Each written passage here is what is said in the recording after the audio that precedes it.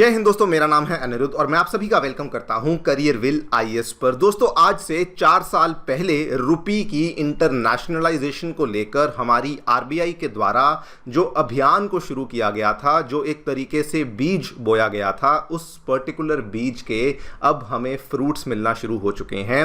Because जो latest data है वो दोस्तों सामने आना शुरू हो चुका है एंड जेन्युइनली सेइंग ये जो नया डेटा सामने आया है ये बहुत ही ज़्यादा प्रॉमिसिंग नंबर्स हमें देखने को मिल रहे हैं। सबसे पहले तो जो बताया गया है कि रुपी का हमारा जो अंतर्राष्ट्रीय व्यापार है वो कम से कम 30 कंट्रीज के साथ आज की डेट में इंडिया की जो ट्रेड सेटलमेंट है वो रुपी के अंदर होना शुरू हो चुकी है। पूरी लिस्ट आपको आगे चल करके बताऊंगा, लेकिन इसमें कई सारी कंट्रीज भारत के पड़ोस से आती हैं, अफ्रीकन कंट्रीज आती हैं, कई सारी दूसरी एशियन कंट्रीज आती हैं, यहाँ तक कि ऑस्ट्रेलिया, न्यूजीलैंड जैसे देश भी आते हैं, जिसके साथ हमारा बहुत सारा जो व्यापार है वो रुपी में होना शुरू हो चुका है। साथ ही में अगर आप आंकड़ों की माने तो बेसिकली, और ये नंबर केवल फरवरी 2026 महीने का है, ये नंबर थोड़ा देरी से ही रिलीज किया जाता है, लेकिन केवल और केवल फरवरी 2026 महीने का आंकड़ा ये बताता है 14,000 करोड़ के आसपास का जो ट्रांजैक्शंस हैं वो हमने फरवरी के महीने में इंडियन रुपी के अंदर उसके माध्यम से इंटरनेशनल ट्रेड किया है। और ये नंबर तो केवल एक महीने का है। अगर मैं आपको पिछले पूरे साल के 11 महीनों का डेटा बताऊं, मतलब कि अगर आप अप्रैल 2025 से लेकर फरवरी 2026 तक का अगर आप नंबर लेके चलेंगे, that number is approximately 1.39 lakh crore. ये नंबर है जो कि हमने 11 महीनों में इंडियन रुपी के साथ जो इंटरनेशनल व्यापार है ये देखने को मिला है। इसके बारे में तो पूरी चर्चा करेंगे ही करेंगे, लेकिन दोस्तों ये भी आपको बता दूं और भी कई सारी कंट्रीज, 30 कंट्रीज तो ऑलरेडी इंटरेस्टेड हैं और भी कई सारी कंट्रीज हैं जो कि इस पर्टिकुलर चीज में भाग लेने में इंटरेस्टेड हो चुकी हैं। इसके बारे में भी चर्चा करेंगे and there is a challenge also जो कि हमारा आरबीआई आज की डेट में फेस करता है, वो भी हम लोग समझेंगे वो क्या है। आइए शुरू करते हैं मेरे साथ। मेरा नाम है अनिरुद्ध। यदि आप लोग हमें फॉलो करना चाहते हैं तो दिए गए टेलीग्राम चैनल के माध्यम से ऐसा कर सकते हैं। All right, directly coming to the news, क्या देखने मिला है। सबसे पहले आपको कंट्रीज के बारे में बता दूं जिनके साथ हमारा रुपी बेस्ड ट्रेड सेटलमेंट मैकेनिज्म जो है वो धीरे धीरे एक्सपैंड होना शुरू हो चुका है। ये कंट्रीज अलग अलग रीजन्स में हमें देखने को मिलती हैं। अगर आप कॉन्टिनेंट्स की बात करें तो एशिया में, अफ्रीका में कई सारी कंट्रीज हैं। रीजन वाइज चलें तो गल्फ में कई सारे देश हैं। ग्रुपिंग वाइज चलें तो ब्रिक्स की कई सारी कंट्रीज हैं और बिम्स्टेक की तो ऑलमोस्ट सारी की सारी ऐसी कंट्रीज हैं जिनके साथ हमारा जो व्यापार है वो अब इंडियन रुपी में होना शुरू हो चुका है।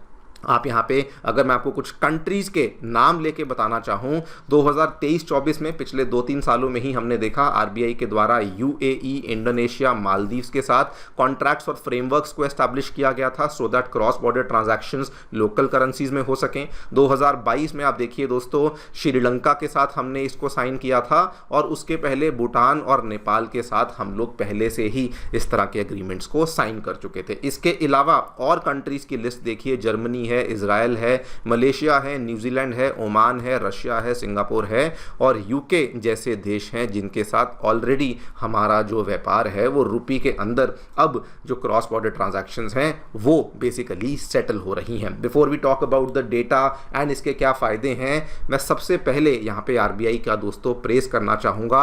ये definitely we have come a very very long way. जुलाई 2022 की बात है, पहली बार आरबीआई के द्वारा इस चीज़ को लेकर एक वाइट पेपर लाया गया था कि हम लोग अब रुपी की इंटरनेशनलाइजेशन के लिए प्रयास करने वाले हैं। बिना टाइम वेस्ट करते हुए अक्टूबर 2022 में आरबीआई ने एक और रिपोर्ट को पेश किया था which made it very very clear कि रुपी की इंटरनेशनलाइजेशन के पीछे जो स्ट्रेटेजिक सेंस है वो बहुत ज़्यादा है और इसीलिए हम लोग इस कैंपेन को और ज़्यादा बढ़ाने वाले हैं। तो आप देख के चलिए, जो चीज़ 2022 में शुरू हुई थी, मात्र 3.5 सालों के अंदर अंदर we have definitely come a very very long way. अगर मैं डेटा की बात करूं, फरवरी का डेटा जो सामने आया है 14,000 करोड़ के आसपास के जो इंपोर्ट्स हैं, इंपोर्ट्स यहाँ पे ज़्यादा मैटर करते हैं as compare to exports. Imports इसलिए मैटर करते हैं, ये दोस्तों इंडिया है, ये मान के चलिए श्रीलंका है, हम लोग श्रीलंका से कुछ सामान का इंपोर्ट करते हैं और बदले में इंडियन रुपी में पेमेंट करते हैं।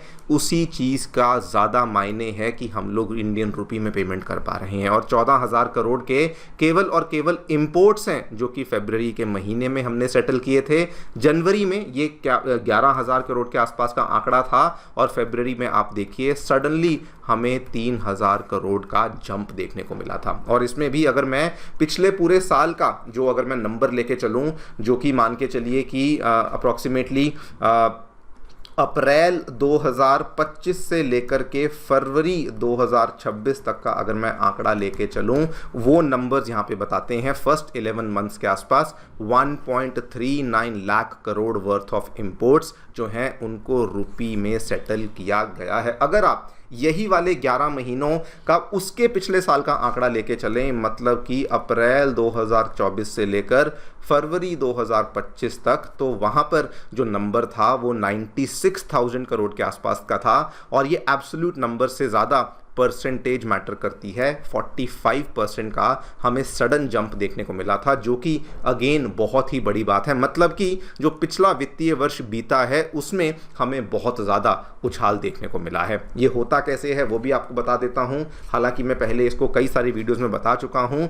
The mechanism behind this is the special rupee vostro accounts, जो कि RBI के द्वारा इस पर्टिकुलर टाइप के अकाउंट को लाया गया था। इसको समझने के लिए आप वीडियो को पॉज करके यहाँ पे देख सकते हैं। एग्जाम्पल बताया गया है कैसे इंडिया और Russia special rupee vostro accounts के माध्यम से एक्सपोर्ट और इंपोर्ट को इंडियन करेंसी रुपी में सेटल बेसिकली करते हैं।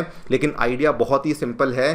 फॉर एग्जाम्पल रशिया का कोई बैंक है, वो इंडिया के SBI के साथ आकर के एक स्पेशल रुपी वोस्त्रो अकाउंट को ओपन करेगा, जिसमें कि रशिया के जो व्यापारी हैं, रशियन ट्रेडर्स हैं, और इधर से इंडिया के जो ट्रेडर्स हैं, वो इस तरीके से व्यापार करेंगे कि जो सेटलमेंट है वो लोकल करेंसीज में हो सकेगी। मतलब कि रशिया का व्यापारी एक तरीके से रूबल्स में पेमेंट करेगा, इंडिया का व्यापारी एक तरीके से रुपी में पेमेंट करेगा, एंड इसके माध्यम से दोनों व्यापारी अपनी अपनी करेंसी में तो पेमेंट करेंगे ही करेंगे, लेकिन जो इनवॉइसिंग है, जो पेमेंट है, जो फाइनल सेटलमेंट है, वो भी उन कंट्रीज की लोकल करेंसीज में ही होगी। जिसका सबसे बड़ा बेनिफिट क्या होगा कि इसमें जो कन्वर्जन रेट, जो हमें फॉरेक्स का रेट देना पड़ता था, वो नहीं देना पड़ेगा, एंड हमारा जो डिपेंडेंस है उस थर्ड करेंसी के ऊपर, which is basically the US dollar, वो यहाँ पे खत्म हो जाएगा। नाउ ये भी आपको बता दूं,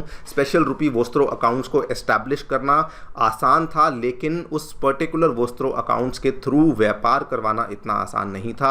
RBI टाइम टू टाइम इन स्पेशल रुपी वोस्त्रो अकाउंट्स की गाइडलाइंस को रिलैक्स करता आया है। ये खबर अगस्त 2025 की है, जब RBI के द्वारा कुछ और गाइडलाइंस को लाया गया था कि अगर उसमें बहुत ज़्यादा बैलेंस पड़ा हुआ है तो जो कंट्रीज़ हैं वो उस बैलेंस को विड्रॉ कर सकती हैं, करंट और कैपिटल अकाउंट ट्रांजैक्शंस चाहें तो कर सकती हैं, जिसके माध्यम से जो ट्रेडर्स हैं वो इस चीज़ को लेकर और भी ज़्यादा एनकरेज होंगे। नाउ इस पूरी चीज़ का फ़ायदा क्या है? नंबर 1 फ़ायदा यही है कि हमारा डिपेंडेंस US डॉलर के ऊपर कम होना शुरू हो जाएगा। आज भी दोस्तों, अगर आपको इंडिया को रशिया से भी तेल खरीदना है, बांग्लादेश को भारत से गुड्स खरीदने हैं, उस केस में भी डॉलर के ऊपर आपको जाना पड़ता है। तो येस, वो वाला जो हमारा डिपेंडेंस है वो कम हो जाएगा। सेकेंडली, डॉलर आपने देखा ही है किस तरीके से अमेरिका उसका मिसयूज़ करता है। रशिया यूक्रेन का युद्ध सबसे बड़ा एग्जाम्पल बना, रशिया को कैसे उन्होंने फाइनेंशियल सिस्टम्स में से कट कर दिया, डॉलर की सेटलमेंट होनी बहुत मुश्किल हो गई, and that is the major reason कि इंडिया ने इसकी शुरुआत भी करी थी बल्कि, और आज हम लोग डेफिनेटली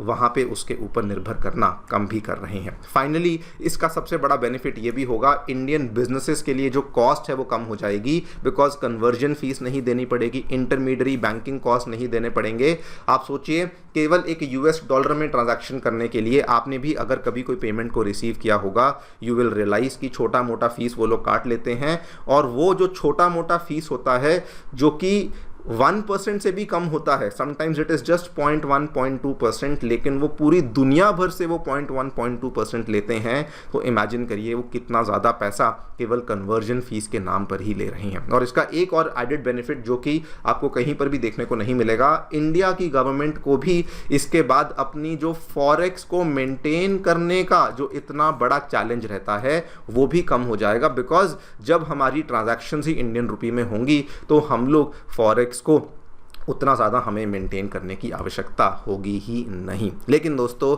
ये सब कुछ होने के बाद कुछ चैलेंजेस हैं जो अभी भी हम लोग फेस कर रहे हैं। पहला चैलेंज तो बेसिकली यही है कि रुपी अभी भी फुली कन्वर्टेबल नहीं है। अगर मैं डॉलर की बात करूं, देखिए डॉलर हर जगह पे कन्वर्टेबल है, किसी भी कंट्री में चले जाएं आपको आसानी से वो कन्वर्ट कर सकते हैं, कोई भी कंट्री में लोग उसको ले भी लेते हैं, उसके बदले लोकल करेंसी भी दे देते हैं। लेकिन रुपी के केस में वो नहीं है। वो करना हमें उसके लिए भी एक कैंपेन को शुरू करना होगा। ट्रेड इम्बैलेंस एक बहुत बड़ा प्रॉब्लम है। बहुत सारी ऐसी कंट्रीज हैं जो कि इंडिया से ज़्यादा सामान को इंपोर्ट करती हैं एज कंपेयर टू एक्सपोर्ट। उस केस में क्या होता है कि उनको ज़्यादा पेमेंट जो है वो इंडियन रुपी में करनी पड़ेगी, लेकिन वो उनके लिए एक प्रॉब्लम है और वो भी हमें यहाँ पे सॉल्व करनी होगी। थर्डली, जो फॉलिंग रुपी है पिछले कुछ महीनों में आपने देखा होगा, स्पेशली पिछले 2 महीनों में, वो भी एक चैलेंज बन चुका है। अंदाज़ा लेके चलिए कि फॉर एग्जाम्पल कि हम लोग बात करते हैं एग्जाम्पल बांग्लादेश का और इंडिया का लेके चलिए कि बांग्लादेश का कोई इंपोर्टर है, उसने इंडिया से बहुत सारा सामान मंगवा लिया। बांग्लादेश का कोई एक्सपोर्टर है, उसने इंडिया को बहुत सारा सामान भेज दिया। उस केस में उसके पास बहुत सारा रुपी जो है वो इकट्ठा होना शुरू हो गया। लेकिन मान लीजिए कि 1 महीने में 2 महीने में रुपी की जो वैल्यू है वो गिरना शुरू हो गई, तो जो वो बांग्लादेश का एक्सपोर्टर है उसको प्रॉब्लम होगी कि जो रुपी उसके पास इकट्ठा हुआ था वो बैठे बिठाए गिरना शुरू हो गया है। तो फॉरेन कंट्रीज अगर रुपीस को होल्ड करेंगे, रुपी में रिजर्व्स को रखेंगे, उन्हें ये कॉन्फिडेंस मिलना बहुत ज़रूरी है कि रुपी लंबी अवधि में रीजनेबली स्टेबल रहने वाला है, और जब तक वो नहीं होगा वो भी एक बहुत बड़ा चैलेंज होने वाला है। देखते हैं आगे चलकर क्या होता है। लेकिन ओवरऑल जो अभी तक यहाँ पे हुआ है, दिस मीन्स कि जो रुपी की इंटरनेशनलाइजेशन को लेकर हमने कैंपेन चालू करी थी वो ओवरऑल सक्सेसफुल ही हो रही है। आप लोग क्या सोचते हैं बताएं कमेंट सेक्शन में। Thank you so much for listening. Stay tuned and stay safe.